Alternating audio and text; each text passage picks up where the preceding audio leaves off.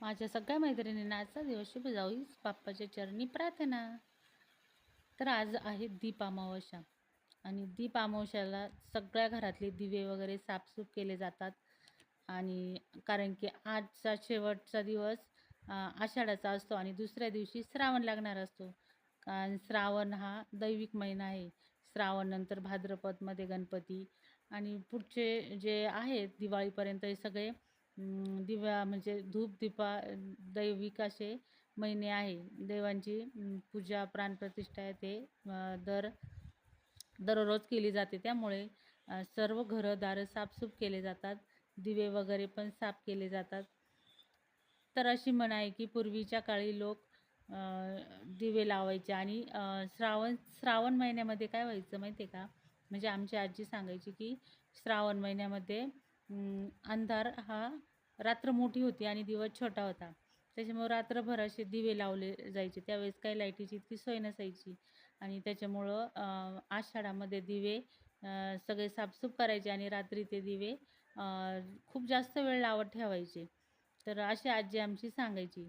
तर त्यावेळेस पण असे आषाढच्या जी अमावस्या असते त्या अमावस्याला दिवे धुवून साफसूफ करून ते पूजन केले जायचे. सगळे दिवे पूजले जायचे. तर देव्हाऱ्यामध्ये तुम्हाला दिसत असेल मी कमळगट्ट्याची माळ ऑर्डर केली होती आणि छान प्रकारे आली. 108 त्याचे माळ आहेत. त्याच्यानंतर मी सगळ्या देवांची पूजा करून आरती पण केली. आणि आज होता आमचा रविवार म्हणजे आठवड्याचा बाजार. तर बाजारला गेले, पण बाजारचा काही व्हिडिओ काढला नाही कारण की खूप म्हणजे थोडीफार प्रमाणात भुरभुर चालू होती पावसाची.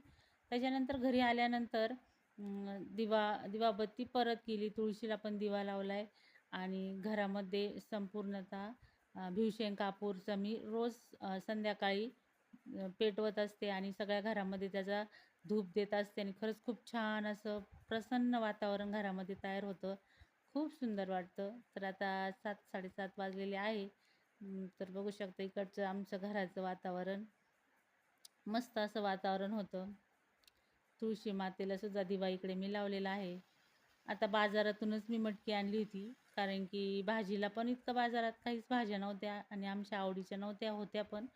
तर मटकी आणली आणि ती प्रथम मी गरम पाण्यातून उकळून काढून घेतली कारण बाजारची मटकी कधी भिजवलेली असते ना माहीत नसतं. ती गरम पाण्यात थोडी उकळून घ्यायची आणि मग तिची भाजी करायची. तर इकडे लाल तिखट कांदा घालून मी मटकी केली आणि खूप अशी छान झाली. आमची तर सगळ्यांना आवडते. थोडीशी रश्श्याची मस्त अशी भाजी झाली. आणि त्याच्यानंतर केल्या पोळ्या. पीठ मळलेलं होतं, मुलीने पीठ मळून ठेवलेलं होतं. तर आता मला फक्त इकडे पोळ्या लाटायच्या होत्या. तर झटपट अशा पोळ्या केल्या.